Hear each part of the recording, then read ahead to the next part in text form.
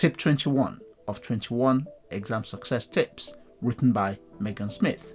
The last tip of 21 tips. Be positive. You have worked hard for these exams.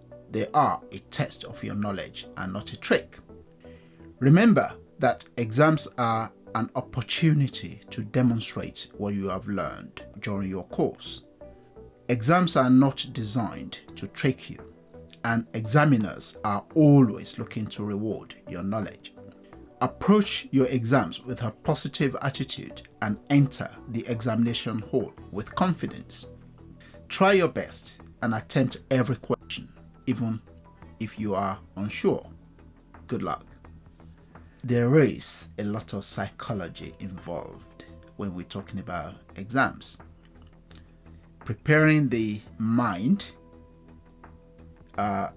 is very important. So there's physical and mental preparation, but everything starts with the mental aspect of things. You have to believe in your own ability to succeed. Yes, you need to work at it because you are confident, because you are knowledgeable, and you have the skills to answer the questions in the way the examiners expect. The preparation aspect is very important, because once you know you are well prepared, then you will be in a position of being confident when you go into the exam hall. You have to start with an optimistic mindset. Yes, it can be overwhelming. However, there's a phrase that says, how do you eat an elephant? Bit at a time. A bit at a time. I don't want to eat an elephant, but if you have to eat one, you have to eat it in bits. You will build up the momentum, but you need to start somewhere first. You need to start in a way that you are not overwhelmed.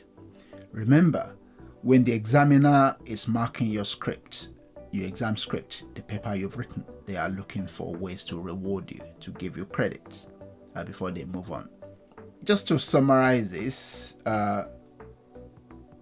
you need to revise first, make sure you master the content, then question practice in order to develop your skills, your exam technique. Let me just talk a little bit about this question practice. For every exam, every paper you're going to be doing, say for example in maths you have 3 exams to do, right? So there are 3 papers. For each paper you need to revise, you need to practice about 6 practice questions.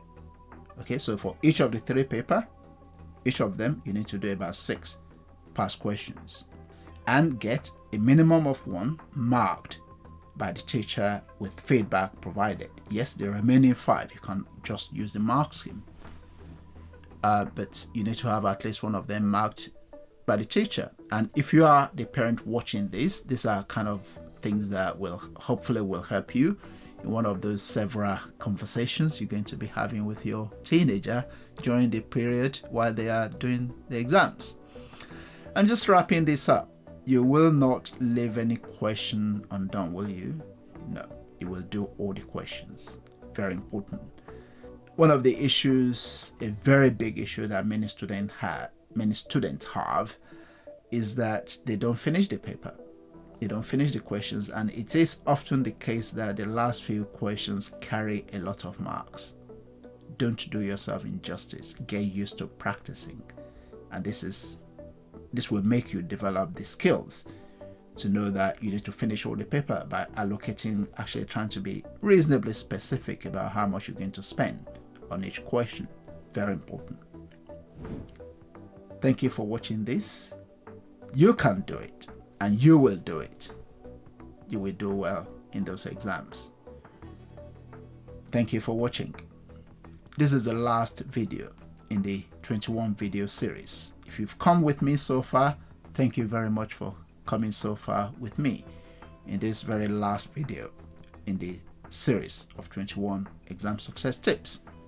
In case you haven't seen the remaining videos, please go to our website, which is the excelinkeysubjects.com, and in the search button you can type in 21 exam and then you will see the full list of the 21 exam tips. And if you want, we can also send them to you, or you can search them on YouTube. Thank you very much for watching, and I look forward to speaking to you in the next video that I'll be recording. Many thanks.